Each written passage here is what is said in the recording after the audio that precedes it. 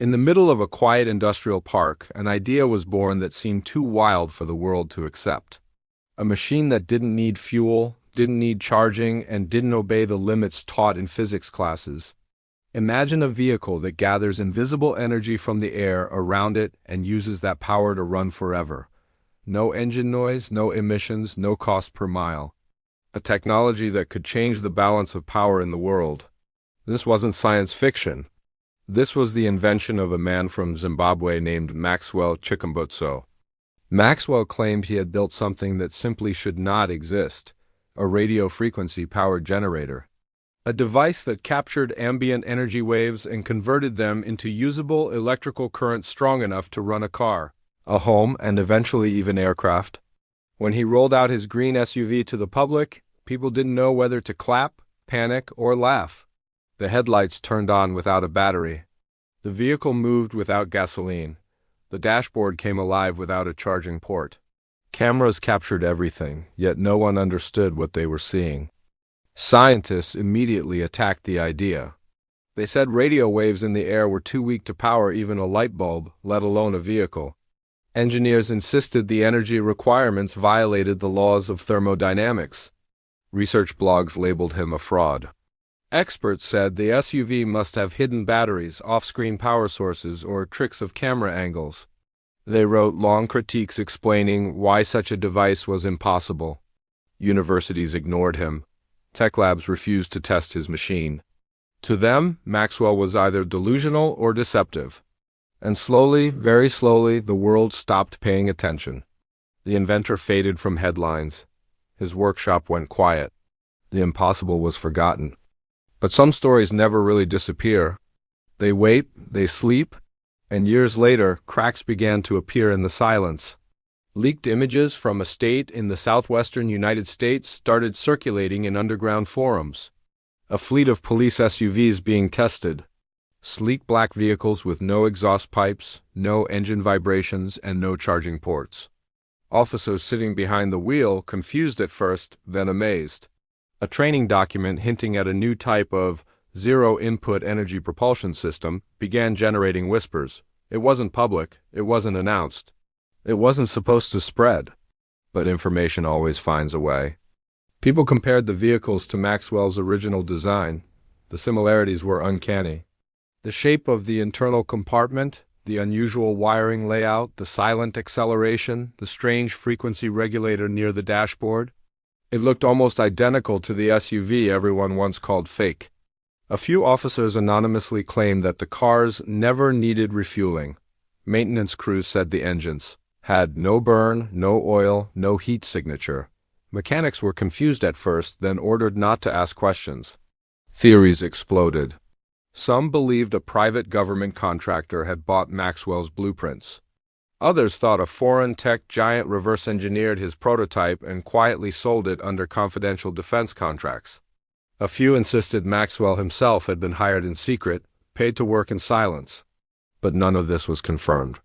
And yet something was clear. Someone, somewhere, had restarted the project. The real turning point came when an old technician uploaded a blurred video from inside one of the vehicles. He panned the camera across a small metallic box placed under the hood. It wasn't an engine, it wasn't a battery pack. It was a sealed RF-to-DC conversion module glowing with a strange pulsing light. The same kind Maxwell once demonstrated in Africa. The video disappeared online after a few hours. The user's account was deleted. Every Royplode was pulled down. But once a secret leaks, even for a second, it never fully goes away. People began asking a dangerous question. If a technology capable of producing infinite clean power really exists, who benefits from keeping it hidden? Oil companies? Governments? Military agencies? Global markets built on energy consumption? The world runs on industries that rely on scarcity. A device that generates free power threatens trillions of dollars, decades of infrastructure, and the entire global energy hierarchy. It isn't just a machine. It is a disruptor of empires. Some analysts suggested that the technology might not be unlimited at all. Maybe it works only at specific frequencies. Maybe its output is unstable. Maybe it is too new, too unpredictable, too dangerous for public release. If a generator draws more power from the environment than expected, what does it do to communication systems, radio towers, satellites?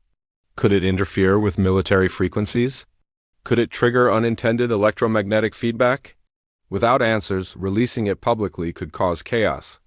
Still, others insisted the real reason was simpler: power. If a government could deploy vehicles that never needed refueling, never required maintenance, never produced heat signatures detectable by infrared drones, it would have a strategic advantage unlike anything in modern warfare. Imagine aircraft that never land, machines that run indefinitely, surveillance systems that operate with no fuel supply chains. This isn't just technology. It is the future of control. As these theories spread, Maxwell himself returned to the public eye in small, brief appearances, cryptic statements, short interviews, hinting that his invention had been validated by those who once laughed, and that he was working where progress can finally exist without sabotage. He didn't say which country. He didn't say for whom. He didn't say whether the new vehicles were his creation, but his calm smile told a story by itself. Today, the mystery remains unresolved. The police department denies using any experimental technology. The government offers no comment. Scientists still call the generator impossible. But silent vehicles without engines continue to appear in blurry videos. A few mechanics whisper about machines that don't behave like anything they've ever repaired, and Maxwell continues to live far away from the noise, as if waiting for a moment the world is not ready for.